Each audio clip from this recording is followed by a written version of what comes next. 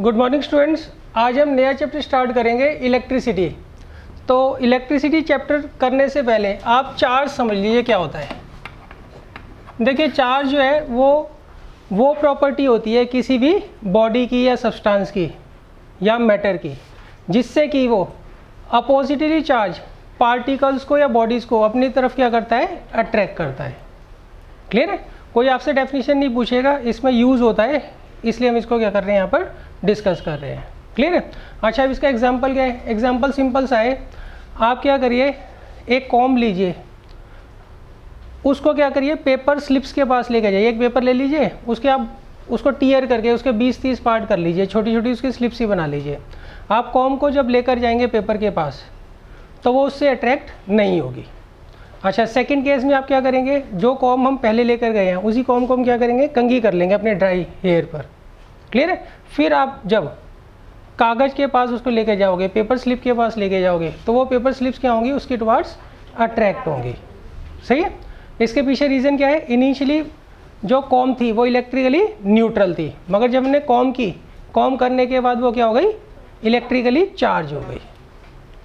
Clear है? तो अच्छा, बाकी मैंने इसका कॉन्सेप्ट आपको धीरे धीरे समझाता रहूँगा। हम मेन जो है टॉपिक उस पर आते हैं। सही है? क्योंकि आपके ना कोर्स में नहीं है, बस अंडरस्टैंडिंग के लिए मैं आपको समझा रहा हूँ। अच्छा, सबसे पहले आता है बच्चों, करंट क्या होता है। देखिए, मान लीजिए आपको एक ये वायर दे रखी है, जो इलेक्ट्रॉन्स वो इनिशियली किसी भी रैंडम डायरेक्शन में घूमते रहते हैं। हमारे घर में जो वायर्स होती है ना, जब तक आप उसका स्विच ऑन नहीं करते तब तक वो रैंडमली किसी भी डायरेक्शन में क्या होती है, मूव करती रहती है, किसी भी डायरेक्शन में मूव करती रहती है। यहाँ तक क्लियर है? अच्छा, जैसे ही आप इसको किसी इलेक्ट्रिसिटी के सोर्स से कनेक्ट करते हो, मान लीजिए आपने इसको इलेक्ट्रिसिटी के सोर्स से कनेक्ट कर लिया, तो ये सारे के सारे इलेक्ट्रॉन्स जो होंगे वो एक ही डायरेक्शन में मूव करना चालू कर देंगे। यहाँ तक क्लियर है? जब तक आपने स्विच ऑन नहीं किया था, इलेक्ट्रॉन्स क्या होंगे, रैंडमली किसी भी डायरेक्शन में क्या करेंगे, मूव कर रहे होंगे। जैसे ही आपने इसको एनर्जी के सोर्स के साथ कनेक्ट किया, तो ये सारे के सारे इलेक्ट्रॉन्स जो होते हैं एक ही डायरेक्शन में क्या करेंगे, मूव करेंगे। यहाँ तक क्लियर है? अच्छा, अब देखिए इलेक्ट्रॉन्स पे क्या होता है, चार्ज। क्लियर है? यहाँ पे इलेक्ट्रॉन्स मूव कर रहे हैं, इसकी सिग्निफिकेंस नहीं है। इलेक्ट्रॉन्स पे क्या होता है, चार्ज। इलेक्ट्रॉन्स के साथ साथ क्या हो रहा है, चार्ज भी क्या कर रहा है, मूव कर रहा है। और जब भी चार्ज मूव करता है उससे क्या होता है, करंट प्रोड्यूस होता है। उससे क्या होता है, करंट प्रोड्यूस होता है। यहाँ तक क्लियर है? अच्छा, यहाँ पे भी करंट प्रोड्यूस हो रहा था, मगर कोई इलेक्ट्रॉन किसी डायरेक्शन में जा रहा है, कोई किसी डायरेक्शन में जा रहा है, तो वो एक दूसरे को क्या करते हैं, कैंसिल आउट कर देते हैं। एक दूसरे को क्या करते हैं, कैंसिल आउट कर देते हैं। यहाँ तक क्लियर है? यहाँ पर देखिए जो इलेक्ट्रॉन्स हैं वो एक ही डायरेक्शन में क्या कर रहे हैं, फ्लो कर रहे हैं। क्लियर है?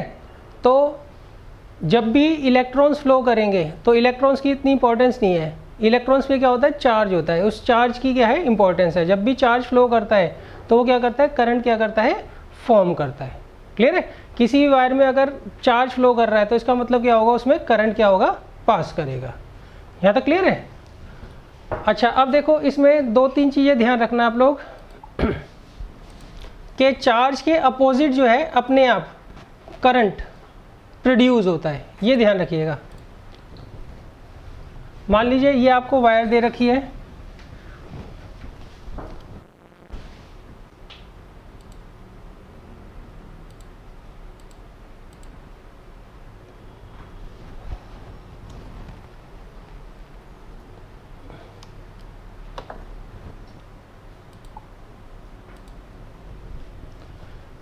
देखिए मान लीजिए ये आपको वायर दे रखी है।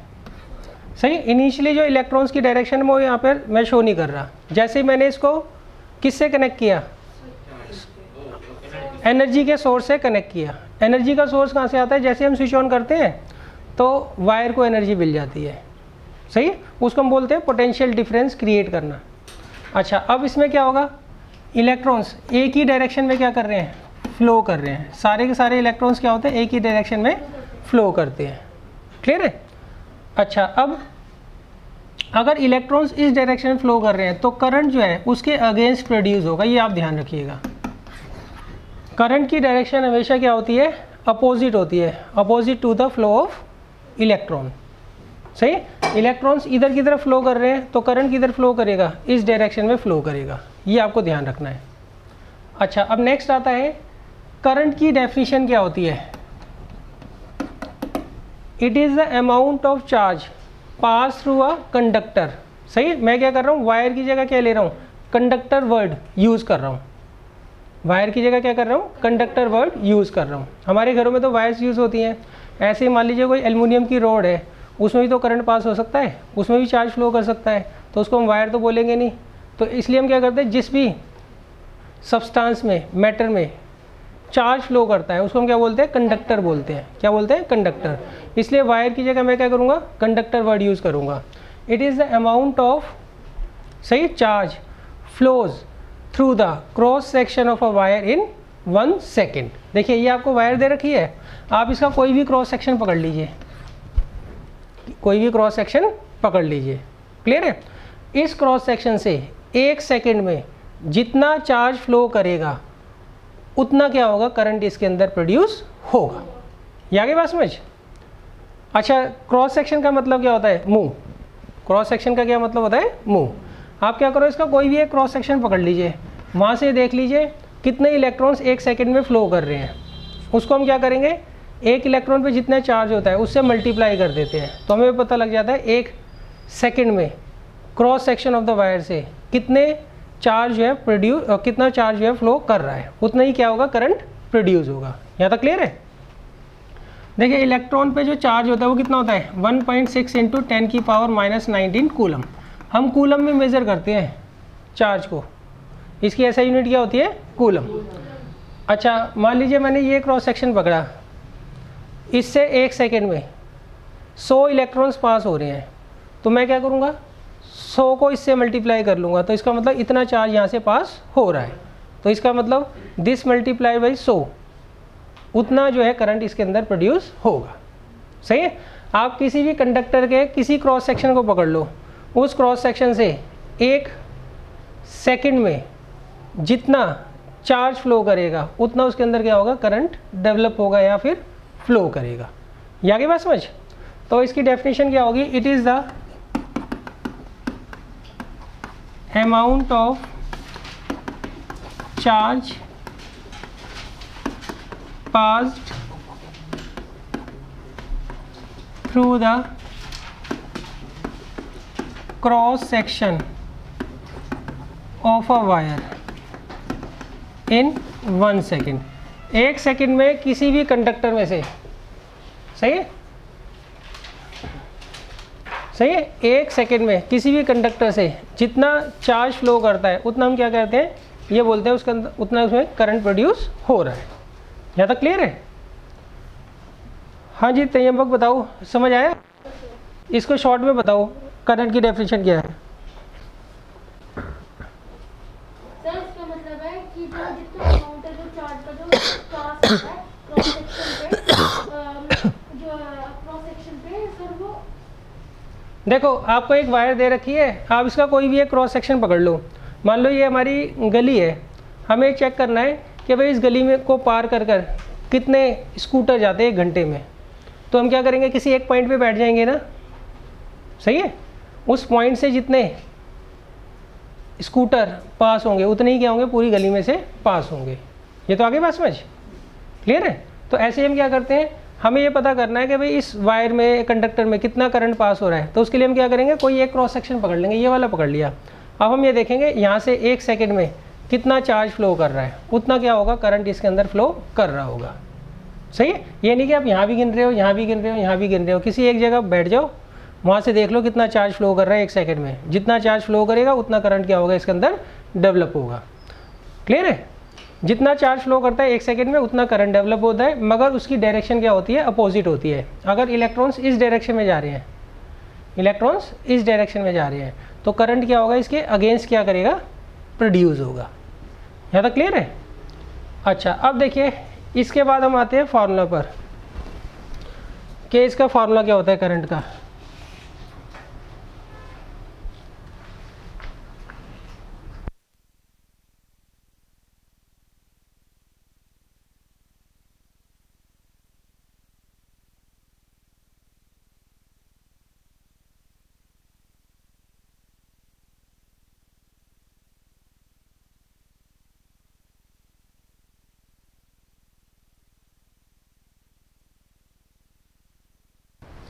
अब देखिए करंट का जो सिंबल होता है वो होता है आई, और इसका फार्मूला होता है Q/T।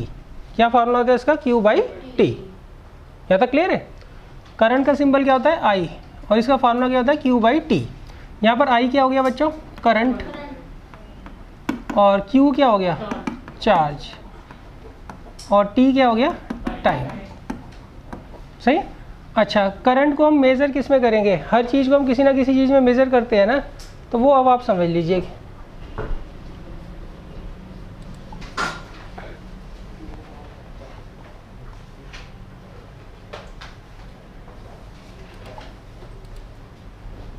देखिए करंट का सिंबल क्या होता है? आई। आई का क्या फॉर्मूला होता है? Q/T।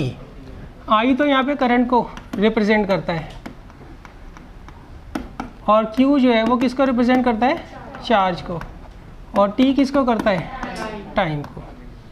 क्लियर है? करंट की ऐसा यूनिट क्या होती है? एम्पियर। इसे हम एम्पियर में मेज़र करते हैं।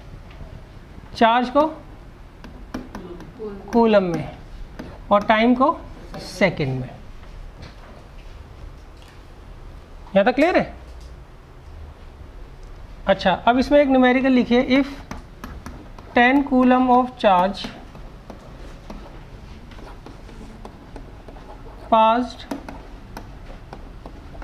through the cross section of a wire in 5 seconds. यहाँ तक क्लियर है? Then find the current produced in the wire. ये करिए आप लोग।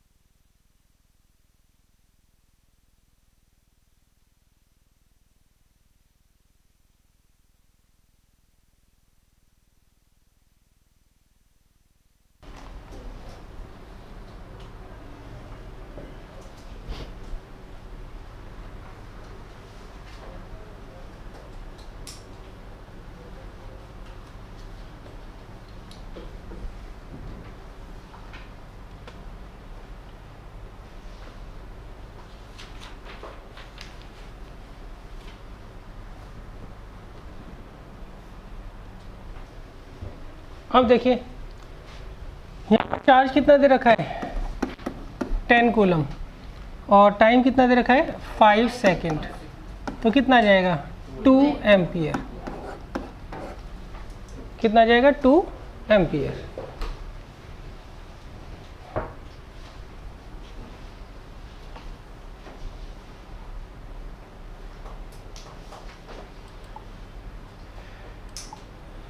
अच्छा, अब देखिए नेक्स्ट लिखिए डिफाइन 1 एम्पियर।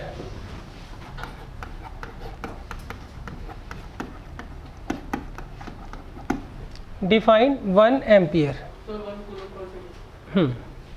देखिए आई का क्या फार्मूला होता है? Q/T। यही होता है ना फार्मूला। अब ये 1 कब होगा? जब ये दोनों 1 हो। ये 1 कब होगा? जब ये दोनों 1 हो। यहाँ तक क्लियर है? इसका मतलब ये हो गया, अगर मान लीजिए किसी भी वायर के, सही, किसी भी वायर के किसी एक क्रॉस सेक्शन से 1 सेकेंड में अगर 1 कूलम चार्ज पास होता है, तो इसका मतलब उसके अंदर कितना करंट डेवलप होगा? 1 एम्पियर करंट उसके अंदर क्या होगा? डेवलप होगा। यहाँ तक क्लियर है? तो इसमें हम क्या लिखेंगे? इफ़ इसका सीधा लॉजिक देखिए क्या है। अगर मैं यहाँ पर चार्ज 1 यूनिट ले लूँ, 1 यूनिट मतलब 1 कूलम, और टाइम ले लूँ 1 सेकेंड मतलब 1 यूनिट, तो ये कैंसिल आउट होके क्या आएगा? 1 आ जाएगा ना। तो ये कितना हो जाएगा? 1 एम्पियर। यहाँ तक क्लियर है? तो इसको हम लिखेंगे कैसे? If 1 coulomb of charge is passed through the cross section of a wire in 1 second. यहाँ तक क्लियर है? Then 1 ampere of current will flows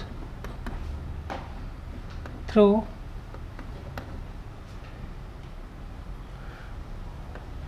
wire.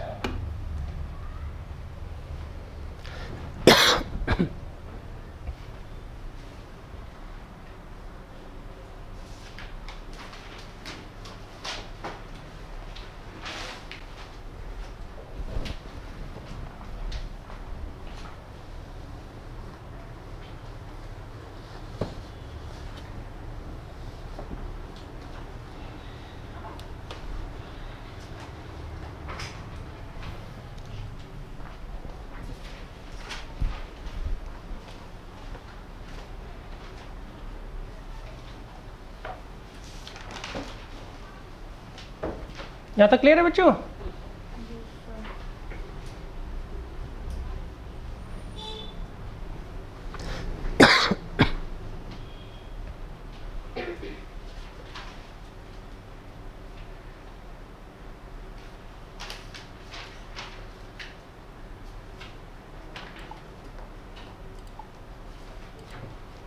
अब देखिए, इसके बाद आता है, मान लीजिए आपको एक वायर दे रखी है, इसमें इलेक्ट्रॉन्स इस डायरेक्शन फ्लो कर रहे हैं एनर्जी देने पर, सही। तो अब हमें क्या करना है, डायरेक्शन बतानी है कि इलेक्ट्रॉन्स किस डायरेक्शन में फ्लो करते हैं और करंट जो है किस डायरेक्शन में फ्लो करेगा। तो देखिए, direction of flow of electron वो क्या होगा, ये हमेशा होगा नेगेटिव टू पॉजिटिव, सही। आपको एक बैटरी दी होगी, उस बैटरी का एक पॉजिटिव टर्मिनल होता है और एक नेगेटिव टर्मिनल होता है। तो इलेक्ट्रॉन्स जो होते हैं वो हमेशा नेगेटिव टर्मिनल से क्या होता है, पॉजिटिव टर्मिनल की तरफ फ्लो करते हैं।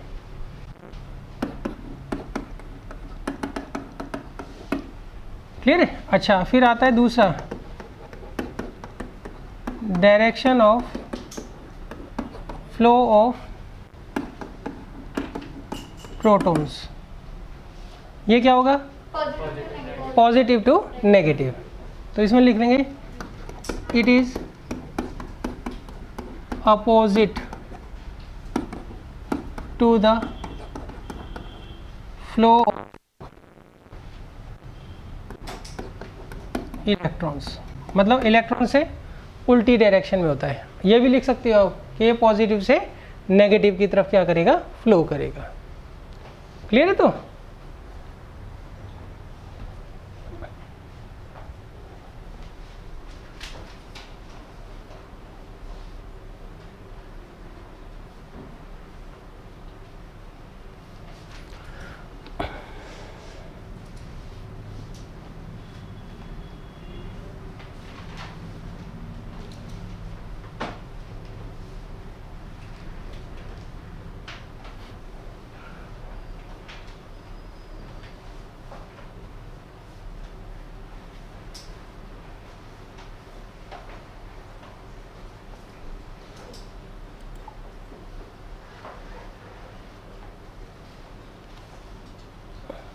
अच्छा, अब देखिए इसके बाद आता है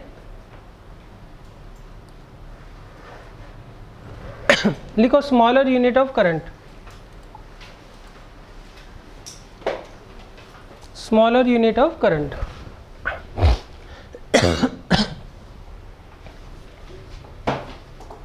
स्मॉलर यूनिट ऑफ करंट। देखिए, करंट जो होता है हम यूजुअली क्या करते हैं, एम्पियर में मेजर करते हैं, सही।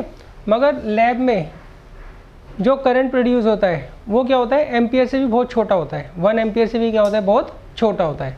उसके लिए हमें क्या करना होता है, स्मॉलर यूनिट्स क्या करनी होती है, यूज़ करनी होती है। तो स्मॉलर यूनिट क्या क्या होती है? एक तो होता है मिली एम्पियर, सही है। मिली एम्पियर किसके बराबर होता है? 1/1000 एम्पियर के बराबर होता है, सही। शॉर्ट में कैसे लिखोगे आप? 1 MA, M मतलब मिली, A मतलब ampere, is equal to 1/1000 ampere. अच्छा 1000 को मैं ऐसे लिख सकता हूँ बच्चों, 10 की पावर 3, और 10 की पावर 3 को जब मैं ऊपर लेके जाऊँगा तो वो क्या हो जाएगा? 10 की पावर -3। तो यहाँ पे 1 मिली एम्पियर किसके बराबर आ जाएगा? 10 की पावर -3 एम्पियर के। यहाँ तक क्लियर है? एक तो ये छोटी यूनिट है, कौन सी? Milli ampere. और एक होती है माइक्रो एम्पियर। दोबारा समझा देता हूँ। देखो हमारे यहाँ पे जो करंट होता है ना, घरों में जो यूज़ होता है, वो 1 एम्पियर, 2 एम्पियर, 4 एम्पियर, 5 एम्पियर ऐसे होता है। क्लियर है? जैसे मान लीजिए बल्ब वगैरह है, वो नॉर्मली 0.18 एम्पियर के आसपास क्या होता है? करंट यूज़ करता है। क्लियर है? अच्छा कई जो है वो 10-10 एम्पियर भी यूज़ करते हैं, डिवाइसेस, अप्लाइंसेस 10-10 एम्पियर का भी क्या करते हैं? करंट यूज़ करते हैं। मगर लैब में क्या होता है? लैब में जो करंट पास होता है वो इसके मुकाबले क्या होता है? बहुत कम होता है। तो उसके लिए हमें क्या करना होता है? छोटी यूनिट्स क्या करनी होती है? यूज़ करनी होती है। तो छोटी यूनिट एक तो मिली एम्पियर है, मिली एम्पियर, सही है। इसको ऐसे लिखते हैं हम MA, और ये होता किसके बराबर है? 1 मिली एम्पियर जो है वो किसके बराबर होता है? 10 की पावर -3 एम्पियर के। क्लियर है? और दूसरा होता है माइक्रो एम्पियर।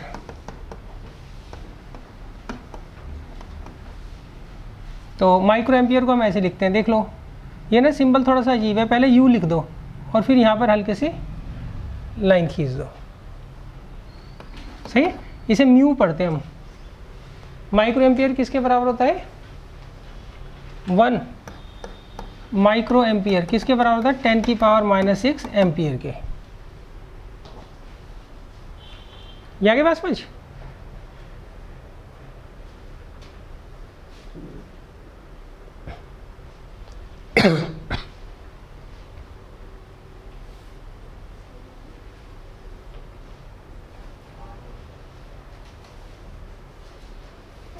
क्लियर है? तो ये छोटी यूनिट्स हम क्या करते हैं? यूज़ करते हैं। लैब में जब भी आप एक्सपेरिमेंट करोगे ना, वहाँ पर जो करंट है ज़्यादातर क्या होता है? मिली एम्पियर में क्या होता है? प्रोड्यूस होता है। तो हमें ये छोटी यूनिट क्या करती है? वहाँ पर यूज़ करनी होती है, सही। किसी किसी केस में माइक्रो एम्पियर में भी क्या होता है? करंट प्रोड्यूस होता है, सही। तो माइक्रो एम्पियर क्या होता है? 1 micro ampere is equal to 10 की पावर -6 एम्पियर, और 1 milli ampere is equal to 10 की पावर -3 एम्पियर। क्लियर है? तो अच्छा अब देखो,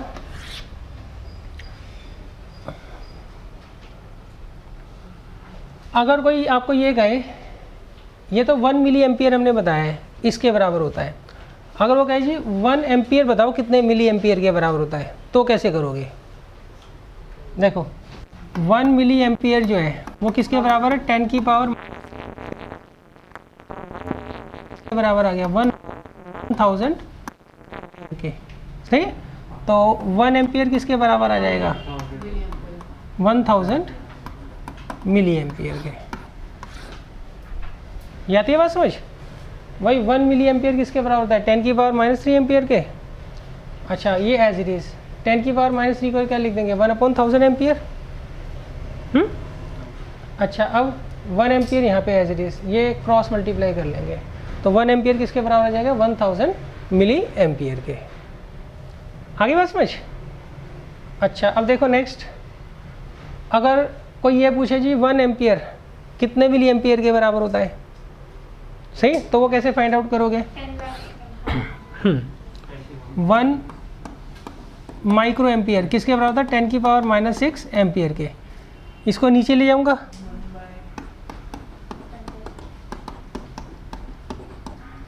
क्लियर है? तो 10 की पावर 6 कितना हो गया? एक के बाद 6 जीरो लगाएंगे ना,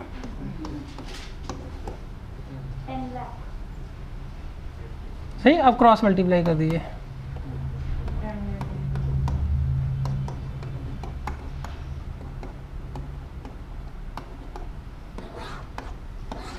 तो 1 एम्पियर किसके बराबर आ गया? 10 लाख माइक्रो एम्पियर के। क्लियर है? तो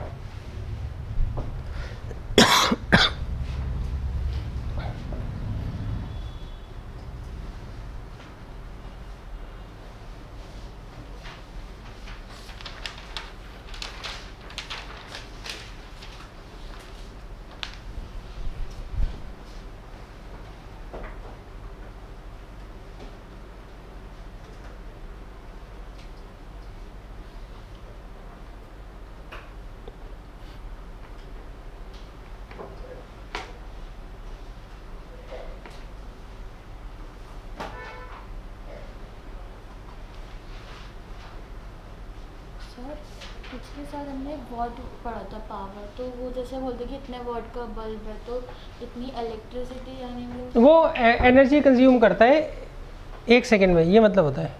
और सर जो वॉट पढ़ा था उसका कुछ रिलेशन नहीं है इससे? हाँ, उससे भी आएगा रिलेशन एनर्जी का, सही आएगा, वो भी इसी चैप्टर में है। यहाँ तक तो क्लियर है बच्चों?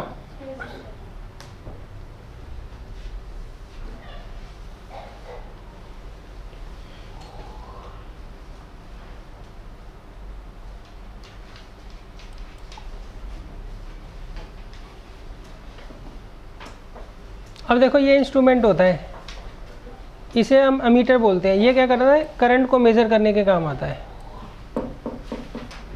सही।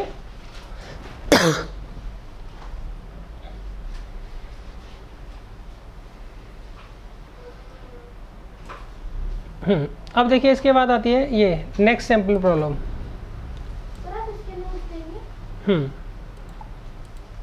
देखिए, इसमें इन्होंने क्या कहा है? An electric bulb draws a current of 0.25 ampere.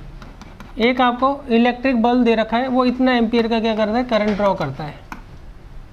कितने टाइम के लिए? 20 मिनट्स के लिए। तो आपको ये बताना है calculate the amount of charge that flows. तो आपको बताना है कितना चार्ज जो है वो फ्लो करेगा, कितना चार्ज जो है वो फ्लो करेगा। क्लियर है?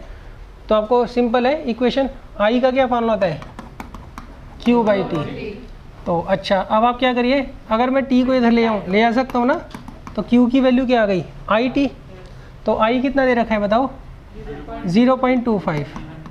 अच्छा बताओ, टाइम को मैं एज इट इज़ यूज़ कर लूँ? नहीं, इसे सेकंड में चेंज करूँगा मैं। 1200 सेकंड्स।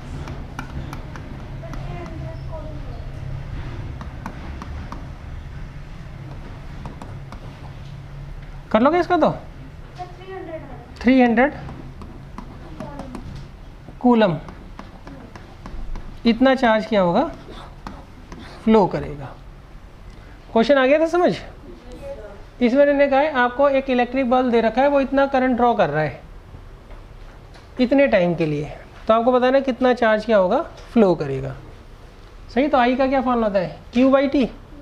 तो Q निकालना है ना, तो T को यहाँ ले आ सकता हूँ मैं, तो Q किसके बराबर आ गया? आई टी के। तो अब आपको I दे रखा है, T दे रखा है, मल्टीप्लाई करके हम क्या करेंगे? सॉल्व कर लेंगे। सर अगर ऐसी कोई क्वेश्चन में I और Q दे रखा और T की निकालने को क्या फॉर्मूला होगा? अगर मान लीजिए आपको, देखिए I का क्या फॉर्मूला होता है? Q बाई टी ना। अगर T निकालना हो तो इसको चेंज कर सकते हैं ना, T is equal to Q by I. T इधर ले गए, I को यहाँ ले गए। क्लियर है? तो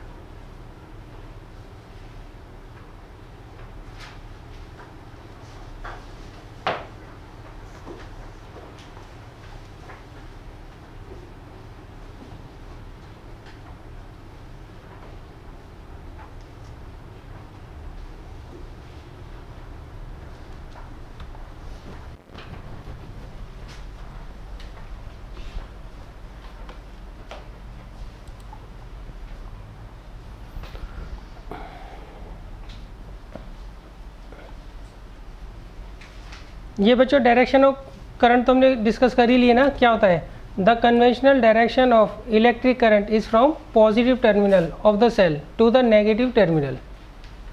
सही है। अच्छा, अभी हम ना सर्किट पढ़ेंगे कि सर्किट किस तरीके से हम बनाते हैं, उसमें कौन कौन से सिंबल हम यूज़ करते हैं। क्लियर है। अच्छा, अब अगला क्वेश्चन लिखिए आप, how many electrons are needed to constitute 1 coulomb of charge?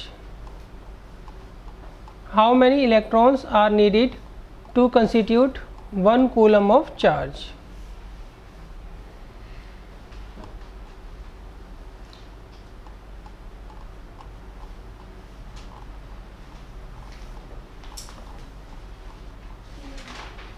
How many electrons are needed to constitute 1 coulomb of charge?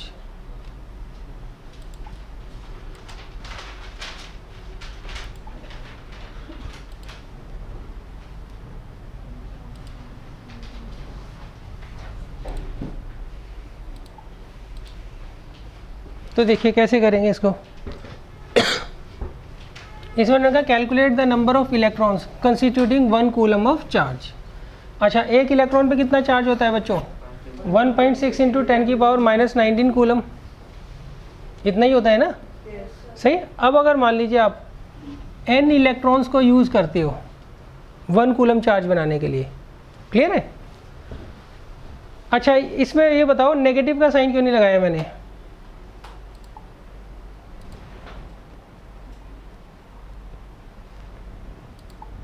Negative का साइन क्यों नहीं लगाया। ये मैंने लिखा है ना, इलेक्ट्रॉन पे जो चार्ज होता है वो होता है 1.6 इंटू 10 की पावर -19 कूलम। नेगेटिव भी तो होता है, नेगेटिव का साइन क्यों नहीं लगाया। नेगेटिव का साइन हम सिर्फ इसलिए लगाते हैं, वो डायरेक्शन को क्या करता है, रिप्रेजेंट करता है। वो क्या करता है, डायरेक्शन को रिप्रेजेंट करता है। क्लियर है। अच्छा, मान लीजिए करंट इधर फ्लो कर रहा है, इलेक्ट्रॉन उसके अगेंस्ट फ्लो कर रहा है, तो हम क्या करते हैं, उनमें से किसी एक की डायरेक्शन को पॉजिटिव ले लेंगे और दूसरे को नेगेटिव। तो हम करंट की डायरेक्शन को पॉजिटिव लेते हैं, इसलिए इलेक्ट्रॉन्स की डायरेक्शन में क्या करनी होती है, नेगेटिव लेनी पड़ती है। आगे बात समझ। नेगेटिव यहाँ पे क्या शो करता है, सिर्फ डायरेक्शन शो करता है। सही है। क्लियर है। तो अब इसका एग्जाम्पल देता हूँ मैं। मान लीजिए मैं किसी परचून की दुकान पर जाता हूँ, वहाँ पर 100 रुपये उधारी कराता हूँ, तो वो मेरे खाते में ना ऐसे माइनस करके लिख देगा। सही। अच्छा, अब अगर मान लीजिए मैं किसी परचून की दुकान पे जा रहा हूँ और वहाँ पे 100 रुपये फालतू दे आया हूँ, तो वो प्लस करके लिख देगा। तो ये जो पैसे हैं ये थोड़ी ना प्लस माइनस है। प्लस माइनस क्या दिखा रहा है कि पैसे हमने देने हैं या फिर लेने हैं। क्लियर है। ऐसे ही यहाँ पे जो प्लस माइनस का साइन होता है चार्ज में, वो क्या शो करता है, वो सिर्फ डायरेक्शन जो होती है उसी को शो करता है, बाकी किसी भी चीज़ को वो शो नहीं करता है। या क्या बात समझ। अच्छा, अब देखो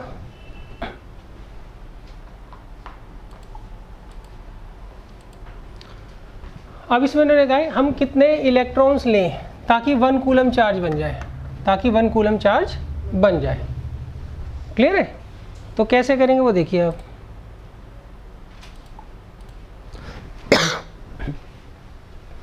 देखिए चार्ज ऑन 1 इलेक्ट्रॉन कितना होता है बताओ।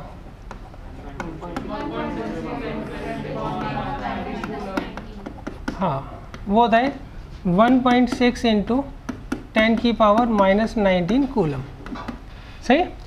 अब आप ये मान लीजिए हम n इलेक्ट्रॉन्स क्या करते हैं, यूज़ कर रहे हैं। कितने इलेक्ट्रॉन्स यूज़ कर रहे हैं, n इलेक्ट्रॉन्स यूज़ कर रहे हैं। कितना, 1 कूलम चार्ज बनाने के लिए। सही है। तो मैं क्या करता हूँ, यहाँ पे लिख लेता हूँ, let number of electrons required, वो किसके बराबर है, n के बराबर है। एक पे चार्ज कितना होता है, इतना, तो n पे चार्ज कितना होगा, n से हम इसको मल्टीप्लाई कर देंगे। सही। ये किसके बराबर आ जाएगा, 1 के। भाई एक पे इलेक्ट्रॉन पे चार्ज कितना होता है, इतना, तो n पे कितना होगा, n को इससे मल्टीप्लाई कर देंगे। क्लियर है। अच्छा, अब हम n की वैल्यू निकाल लेते हैं। हम ये मान रहे हैं कि n इलेक्ट्रॉन्स मिलाकर एक कूलम चार्ज बना देते हैं, n इलेक्ट्रॉन्स मिलाकर एक कूलम चार्ज बना देते हैं। तो एक इलेक्ट्रॉन पे इतना चार्ज है, तो n इलेक्ट्रॉन्स पे कितना चार्ज होगा, n को इससे मल्टीप्लाई कर लेंगे। क्लियर है? अब हमें क्या करना है, सिंपली n की वैल्यू निकालनी है ना। तो कैसे निकालोगे, n तो यहीं रहेगा और ये नीचे चला जाएगा। क्लियर है? तो n किसके बराबर आएगा, 1/1.6 इंटू 10 की पावर -19। तो ये हमारा आंसर है। अब इसे हमें क्या करना है, फर्दर सॉल्व करना है। क्या करना है, फर्दर सॉल्व करना है। सही, कैसे करेंगे वो देख लो। हम इसको ऊपर ले जाएंगे। अच्छा, इसके टुकड़े कर दूं मैं, ऐसे कर सकता हूँ, 10 की पावर 1 इंटू 10 की पावर 18 कर सकता हूँ। तो अब इसको देखो, इसका डेसिमल हटा दीजिए, ये आएगा। तो अब इसे सॉल्व कर लो। अब तो कितना आएगा, 100/16 कितना होता है, 6.25 इंटू 10 की पावर 18। तो इतने इलेक्ट्रॉन्स हमें जो है चाहिए होंगे, इतने इलेक्ट्रॉन्स हमें चाहिए होंगे ताकि 1 कूलम चार्ज बन जाए। ये आगे बात समझ, दोबारा समझ लो। देखिए, एक इलेक्ट्रॉन पे इतना चार्ज होता है, तो मैं ये मान रहा हूँ हमें n इलेक्ट्रॉन्स चाहिए। तो n इलेक्ट्रॉन्स पे कितना चार्ज होगा, n को इससे मल्टीप्लाई कर देंगे, ये किसके बराबर है, 1 के। अब मुझे क्या करना है, n की वैल्यू निकालनी है। तो अच्छा, मान लो अगर 2x कोई 1 देता है हमें, तो x की वैल्यू कैसे निकालते हैं, ऐसे डिवाइड करके ना। तो अब ये जो नंबर है, इसको हम क्या करेंगे, नीचे ले जाएंगे। सही, तो n किसके बराबर आ गया, 1/this। अब नेक्स्ट, क्लियर है? अब देखो हम क्या करेंगे, इसको ऊपर ले जाएंगे। तो 10 की पावर 19/1.6, इसे ऐसे लिख सकते हैं, 10 की पावर 1 इंटू 10 की पावर 18, और ये 1.6 तो ही, इसका डेसिमल हटा दो तो 16 और ऊपर 10 आ जाएगा। तो 10 10 जो कितना हो गया, 100। 100/16 इंटू 10 की पावर 18। 100 को 16 से डिवाइड करके देख लेना अलग से, तो 6.25 आ रहा होगा। तो आंसर क्या आ जाएगा, 6.25 इंटू 10 की पावर 18। इतने इलेक्ट्रॉन्स हमें चाहिए ताकि 1 कूलम चार्ज बन जाए। क्लियर है? तो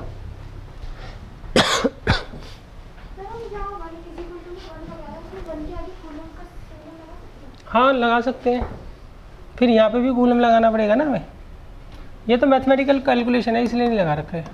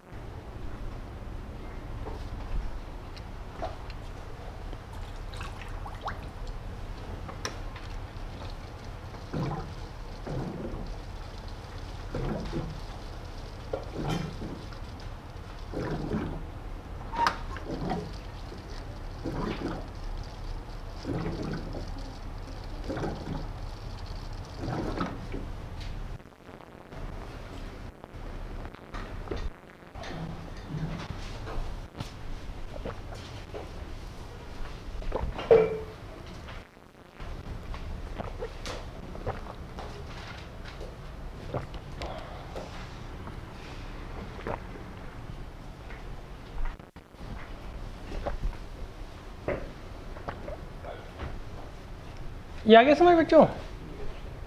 अच्छा, इसको ना ओरली याद कर लेना आप लोग। सही, इसको ओरली याद कर लेना आप लोग, क्यों कई बार एक नंबर में भी आ जाता है। ये MCQ में आ जाएगा, 4 ऑप्शन दिए होंगे, तो करेक्ट ऑप्शन आपको देखना होगा। अच्छा, एक चीज़ और ध्यान रखना, अगर वो ये पूछे how many electrons are needed to constitute 5 coulomb of charge, तो हम क्या करेंगे, इसको 5 से मल्टीप्लाई कर देंगे। अगर एक नंबर में आए तो डायरेक्ट आंसर लिख कर आना है। 2 या 3 में आता है तो हमें क्या करना होगा, उसको पूरा सॉल्व करना होगा।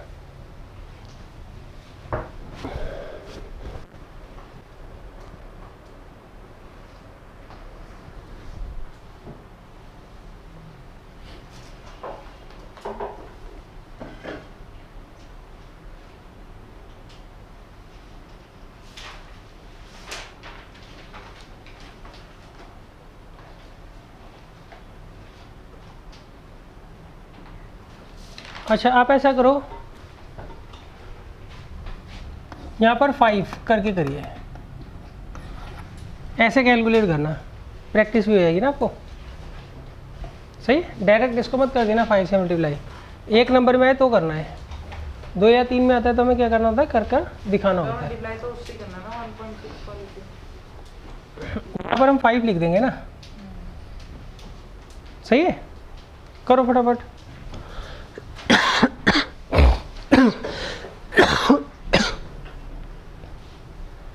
31.25 into 10 to the power. Good.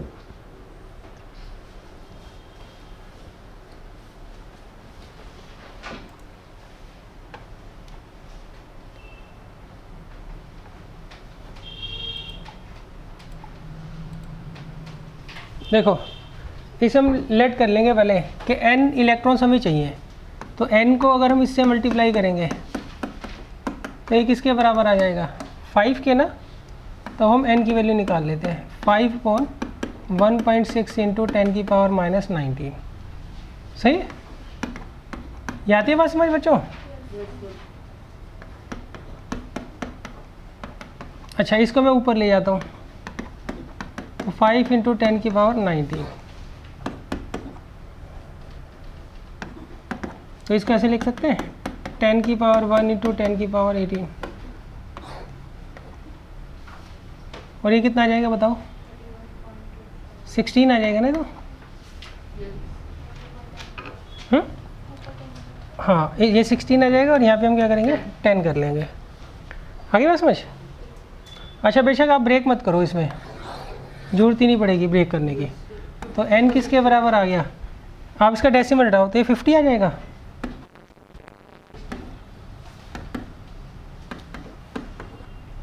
तो अब देखो ये 25/8, तो ये n किसके बराबर आ गया, 3.125 इंटू 10 की पावर 90। क्लियर है? तो